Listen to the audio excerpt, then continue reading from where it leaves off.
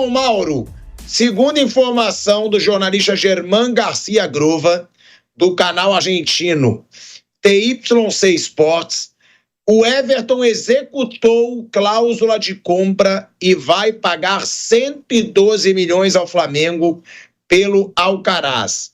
O Alcaraz só fez 3 partidas como titular na Premier League, precisa fazer 5, né, para atingir a meta, e o Everton ainda tem mais 9 jogos para fazer na Premier.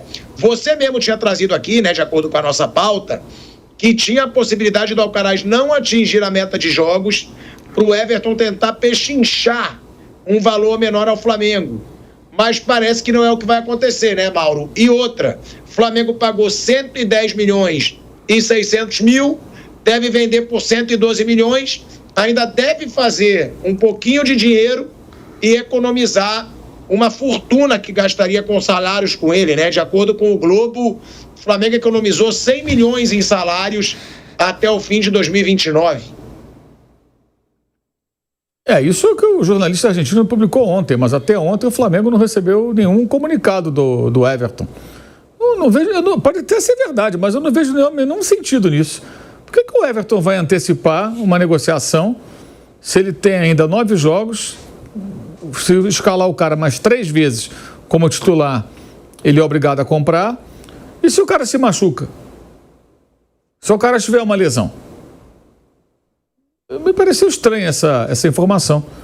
Porque assim, é óbvio que se chegar em 6 partidas, ele vai ter que comprar, está no contrato. Só fez 3.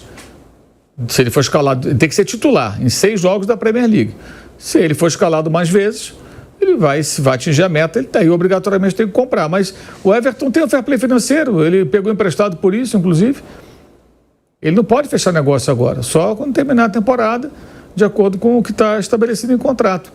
E até ontem, fui atrás para confirmar se isso procedia, o Flamengo até ontem não tinha recebido nenhum comunicado do Everton. Então, segue tudo igual. Mas ele tá bem lá, Mauro? Ele tá bem, ele tem jogado bem. 2 vezes titular? Ele tem jogado bem, ele já fez gol, já deu assistência, ele tem entrado bem no time. O time agora não está correndo mais risco de rebaixamento, está numa situação mais tranquila. Quando ele foi comprado, havia o risco de entrar na zona do rebaixamento, agora o time já abriu uma vantagem boa, não vai cair, né?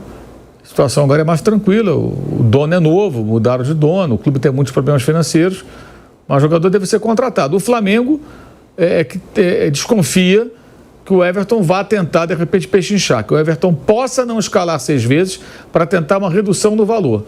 Mas o Flamengo diz que já tem propostas não, já outros clubes ingleses da Premier League já teriam manifestado interesse. Isso é o que eu diz o Flamengo. Ou seja, se o Everton não quiser, alguém vai querer. Então, na cabeça do departamento de futebol do Flamengo, para o Everton, para algum outro clube inglês, ele vai ser vendido em definitivo ao final da temporada. Eu acho que vai acabar ficando no Everton mesmo. Só acho estranho que isso vá se definir agora. Não faz sentido. Eles não precisam definir isso agora.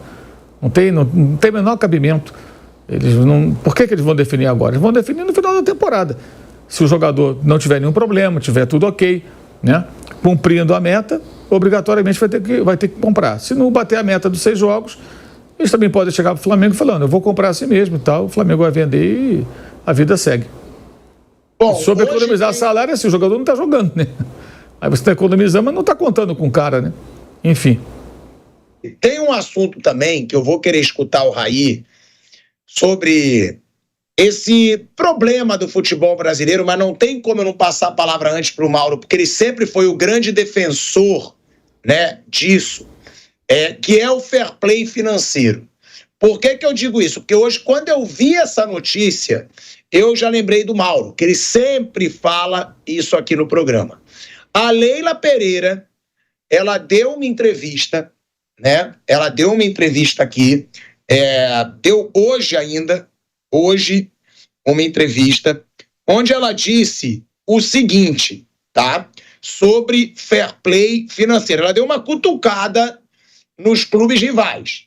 Deu uma cutucada no São Paulo, deu uma cutucada no Corinthians, porque ela disse o seguinte: clubes que pagam em dia, tá, são prejudicados por clubes que não pagam ninguém.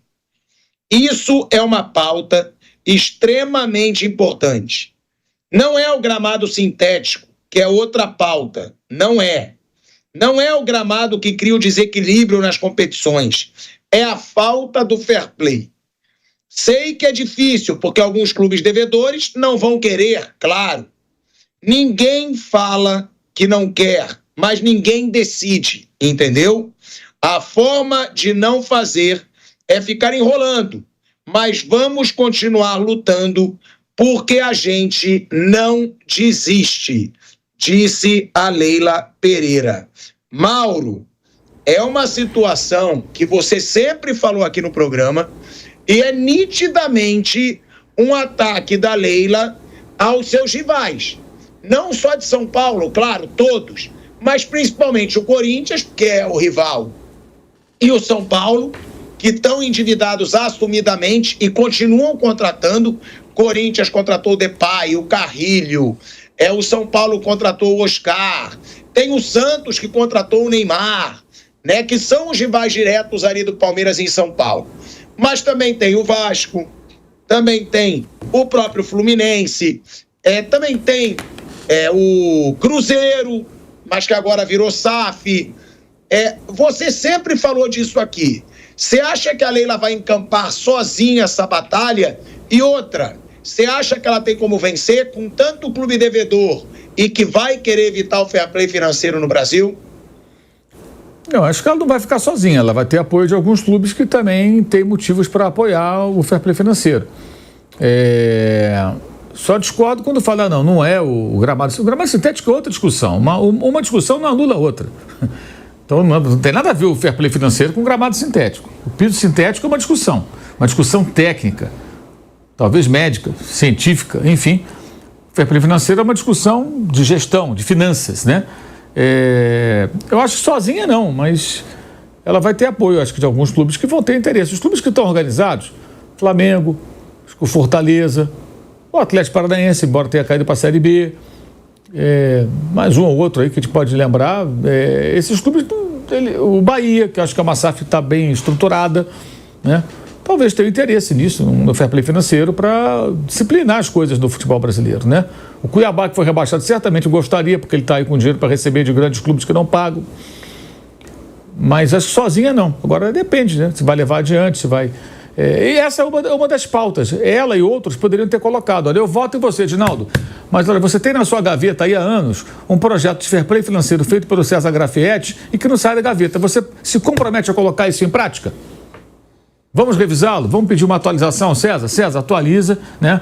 Revisa tudo e tal. E vamos aprovar a partir de quando? A partir de 2025, 27 ou 28? Porque você tem que dar um período para todo mundo se ajustar, até entendo isso, né? Ou vamos por etapas. Primeiro ano, essas regras. Segundo ano, essa. Até chegar no máximo e colocar a ordem na casa.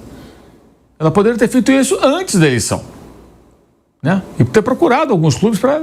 É fácil identificar os clubes que estariam interessados em levar isso adiante. O clube caloteiro não quer fair play financeiro.